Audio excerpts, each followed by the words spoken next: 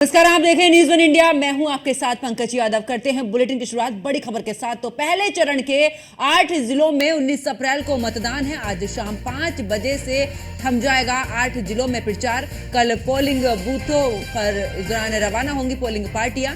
सहारनपुर, कैराना, मुजफ्फरनगर में 19 अप्रैल को मतदान। बिजनौर, नगीना, मुरादाबाद और रामपुर के साथ में पीलीभीत में भी 19 अप्रैल को वोटिंग होगी। आज शाम 5 बजे इन 8 सीटों पर थम जाएगा प्रचार। पहले चरण के 8 जिलों में 19 अप्रैल को मतदान होगा और बात की जाए तो आज थम जाएगा 8 जिलों में प्रचार। कल पोलिंग बूथों पर रवाना होंगी पोलिंग पार्टियां। सहारनपुर, कैराना, मुजफ्फरनगर में 19 अप्रैल को मतदान। बात करें बिजनौर, नगीना और मुरादाबाद की तो यहां पर भी 19 अप्रैल को मतदान, यानी कि पहले चरण में यहां पर वोटिंग होगी। रामपुर और पीलीभीत में भी 19 अप्रैल को ही वोटिंग होगी। तो आज शाम को थम जाएगा 8 सीटों पर चुनाव प्रचार। तो बड़ी खबर आपको बता रहे हैं और साथ ही बता दें कि अगर आज की बात करें तो चाहे बीजेपी की बात करें, इंडिया अलायंस की बात करें, तमाम जो पार्टियां हैं आज ताबड़तोड़ चुनाव प्रचार में लगी हैं, क्योंकि आज ही का दिन है जिन 8 सीटों पर, यानी कि पहले चरण में जहां पर चुनाव होना है, आज शाम तक थम जाएगा यहां पर चुनाव प्रचार। और उसके बाद 19 अप्रैल को पहले चरण की वोटिंग होगी। उसको लेकर अगर बात करें तो एक दिन पहले से ही पोलिंग पार्टियां रवाना हो जाएंगी पोलिंग बूथ के लिए और तमाम तैयारियां जो हैं इस दौरान शुरू हो जाएंगी। और आपको बता दें कि 19 अप्रैल को पहले चरण की वोटिंग है। और ऐसे में अगर बात करें आज की, तो आज अगर बात करें तो चुनाव प्रचार आज थम जाएगा।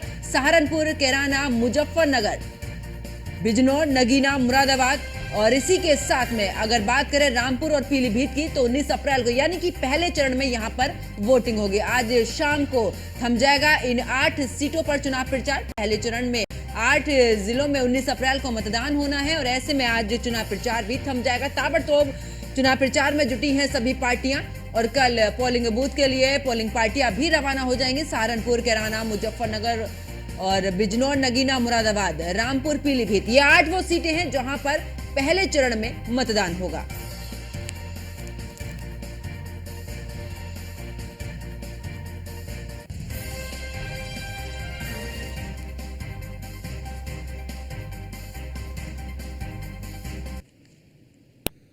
और ज्यादा जानकारी के साथ हमारे संवाददाता बिजनौर से फैसल खान हमारे साथ में जुड़े हैं। सचिन जौहरी मुजफ्फरनगर से मेरे साथ में जुड़े हुए हैं।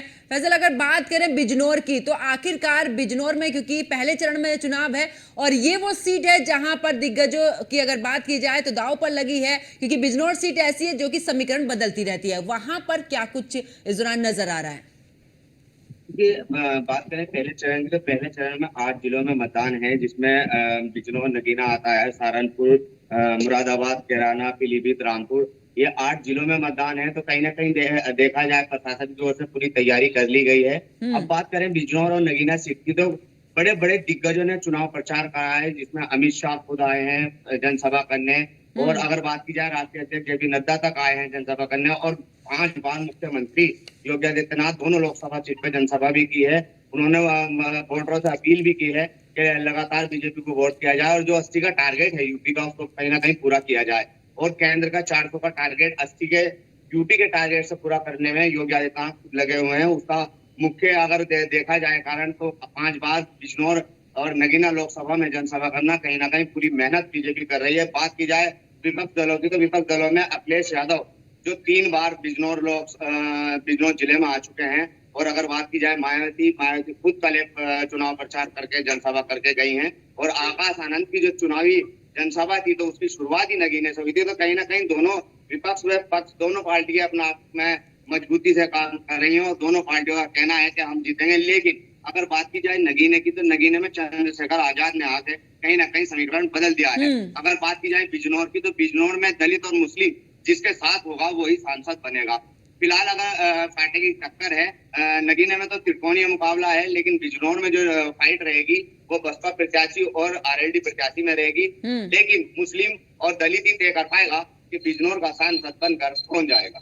बिल्कुल फैसल, वापस लौटती हूँ। सचिन जौहरी मुजफ्फरनगर से हमारे साथ में जुड़े हुए हैं। सचिन, अगर मुजफ्फरनगर की बात की जाए, यहाँ पर नाराजगी भी देखी जा रही है और ऐसे में चुनाव प्रचार का आज आखिरी दिन है, क्या कुछ वहां पर देखने को मिल रहा है? देखिए, मुजफ्फरनगर सहित 8 लोकसभा सीटों पर पहले चरण में चुनाव होना है और सभी राजनीतिक दलों ने पूरी ताकत इस चुनाव में झोंक रखी है। आपको बता दूं, मुजफ्फरनगर में पिछले 10 साल से 2 योजनाओं से भारतीय जनता पार्टी के डॉक्टर संजीव बालियान यहाँ पर सांसद के रूप में हैं और इस बार सपा गठबंधन पर करे तो हरेंद्र मलिक मैदान में है, जो समाजवादी पार्टी के राष्ट्रीय महासचिव भी है, और इन दोनों का खेल बिगाड़ने के लिए बसपा के दारा सिंह प्रजापति भी है। अगर प्रचार प्रसार की बात करें तो तीनों दलों के, क्योंकि मुख्यमंत्री 2 बार मुजफ्फरनगर आ चुके हैं, उप मुख्यमंत्री भी आ चुके हैं, इनके अलावा अखिलेश यादव भी मुजफ्फरनगर में आ चुके हैं और बसपा की तरफ से मायावती जी भी यहाँ पर एक बड़ी जनसभा कर चुके हैं। तो सभी ने अपना पूरा जो है दम झोंक रखा है इस चुनाव में। आज भी मुजफ्फरनगर में भारतीय जनता पार्टी के समर्थन में जयंत चौधरी रोड शो करेंगे और पूरे दिन यहीं पर रहेंगे। भाजपा के प्रदेश अध्यक्ष भी आज मुजफ्फरनगर में, गठबंधन प्रत्याशी ने भी पूरी ताकत झोंक रखी है और सभी जो प्रत्याशी हैं, जो तीनों दमदार प्रत्याशी हैं, वो अपना अपना पूरा जोर लगा रहे हैं। और आज चूंकि शाम को चुनाव प्रचार प्रसार का शोर थम जाएगा तो पूरी तैयारी सबने कर रखी है और उसके बाद प्रशासन भी अपनी तैयारियों में लग चुका है। बिल्कुल सचिन, अगर बात करें, क्योंकि जिस तरीके से संजीव बालियान भी इस दौरान चुनावी मैदान में है और दूसरी तरफ बीएसपी की अगर बात करें तो दारा सिंह प्रजापति और सपा से हरेंद्र मलिक, यानी कि समाजवादी पार्टी की अगर बात की जाए पूरे तरीके से एक जातीय समीकरण को साधने की कोशिश समाजवादी पार्टी की तरफ से की गई, तो क्या कुछ इस दौरान राजनीतिक समीकरण सामने आ रहा है? मुजफ्फरनगर में भाजपा का एक अच्छा यहाँ दबदबा था। 2017 की अगर बात करें तो मुजफ्फरनगर में सभी 6 विधानसभा सीटों पर भाजपा का कब्जा था, लेकिन किसान आंदोलन हुआ 2022 में, जिसके बाद भाजपा को यहाँ नुकसान उठाना पड़ा और 6 में से 5 सीटें भाजपा ने खोई, जिसके बाद क्योंकि किसान आंदोलन, किसान बेल्ट कही जाती है मुजफ्फरनगर और पश्चिम पूरी, लेकिन अब रालोद का भी भाजपा को समर्थन मिल रहा है तो भाजपा एक मजबूत स्थिति में है। लेकिन सपा के जो प्रत्याशी है हरेंद्र मलिक, वो भी बड़े मजबूत प्रत्याशी है और बड़ा मजबूत चुनाव लड़ रहे हैं। इसके साथ ही बसपा के जो दारा सिंह प्रजापति है, वो भी प्रजापति समाज को पूरा अपनी एक रहनुमाई कर रहे हैं, जो भाजपा का कोर वोटर है। और ठाकुर समाज में भी एक बड़ी नाराजगी क्षेत्र में देखी जा रही है भाजपा। बिल्कुल, और जो ठाकुर है, जो कोर वोटर्स हैं बीजेपी के, इस दौरान सचिन बात करें, वो नाराज चल रहे हैं, कितना फायदा बाकी को हो सकता है दोनों पार्टियों को?